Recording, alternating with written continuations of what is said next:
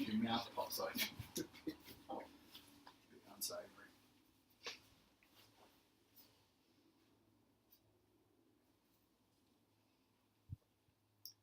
If you haven't already, I please ask you to turn off your mobile phones.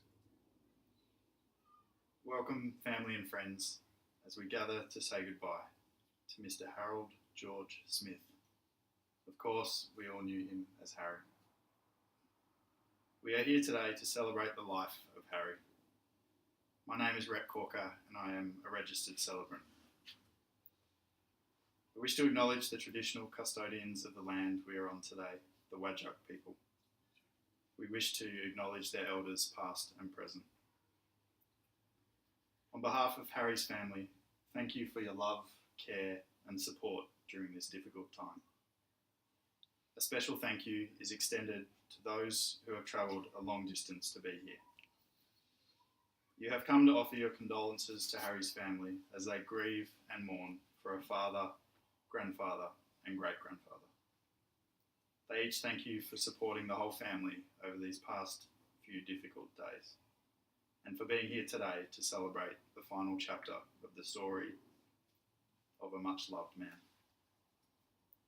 The gathering of family and friends like this is very important, and together you can support each other as you remember and mourn a man who was part of your lives.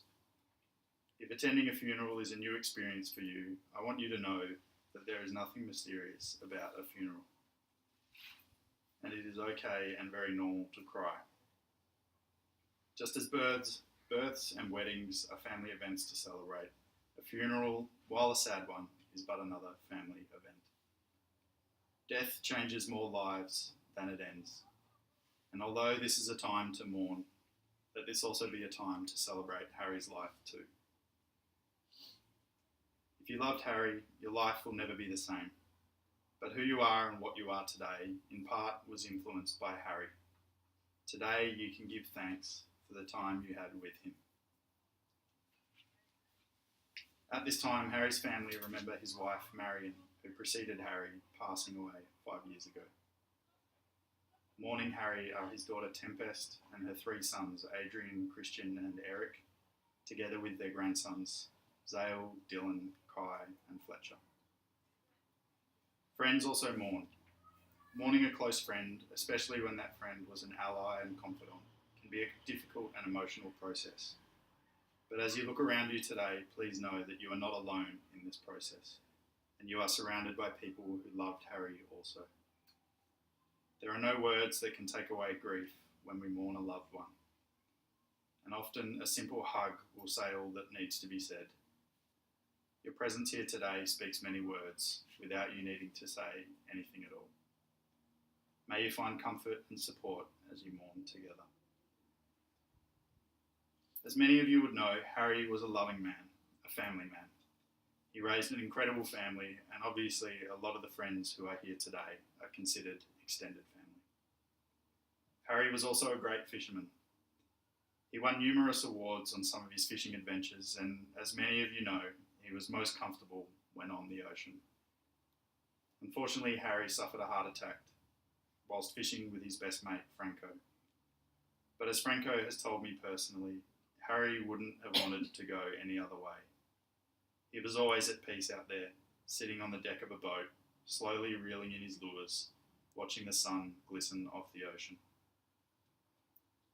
I would like to now read a poem written by Nathaniel Hawthorne, titled The Ocean. The ocean has its silent caves, deep, quiet and alone. Though there be fury on the waves, beneath them there is none.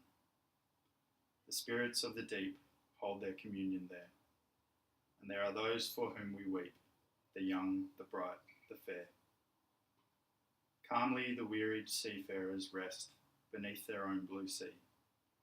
The ocean solitudes are blessed, for there is purity. The earth has guilt, the earth has care, unquiet are its graves, but peaceful sleep is ever there, beneath the dark blue waves. To share some of Harry's story, I invite his daughter Tempest to pay tribute to her father in the family eulogy. Tempest will be speaking now. Thank you, Tempest. Harry was not a religious man, but he held a quiet faith in God. In recognition of his faith, I will say the Lord's Prayer. You may join in if you want to. Our Father, who art in heaven, hallowed be thy name. Thy kingdom come, thy will be done, on earth as it is in heaven. Give us this day our daily bread, and forgive us our trespasses, as we forgive those who trespass against us. And lead us not into temptation, but deliver us from evil. For thine is the kingdom, the power, and the glory, forever and ever. Amen. Amen.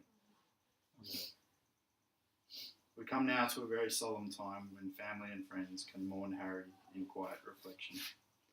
I will invite the family to come forward first and lay a sprig of rosemary and other floral tributes on his coffin. Family, please take your time around the coffin as you say goodbye. After this, I will invite you all to do likewise. Please do not hesitate to come forward, as this is a time to give thanks for Harry's life and is a mark of respect appreciated by his family. Rosemary is the flower of remembrance and is a symbol of your promise to never forget Harry. Let it also be a promise to never forget his family as they grieve Harry's passing. Friends, this is a very precious time and one of grief for Harry's family. Therefore, I respectfully ask you to give them space and time, and please hold your condolences and hugs until they move to the condolence lounge at the close of the service.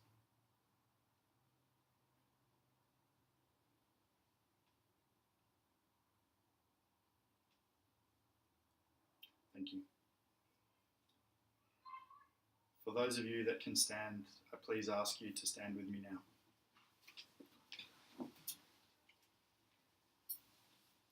Harold George Smith, Harry.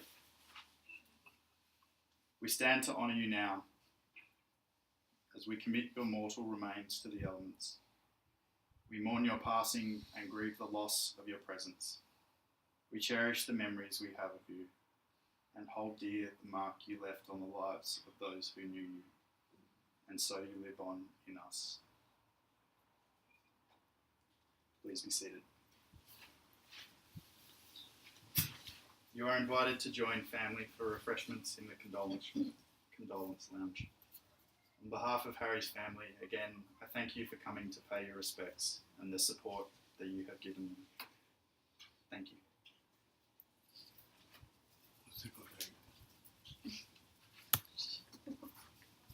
You can come back to life now, Harry. Well done, Hazard the Herring.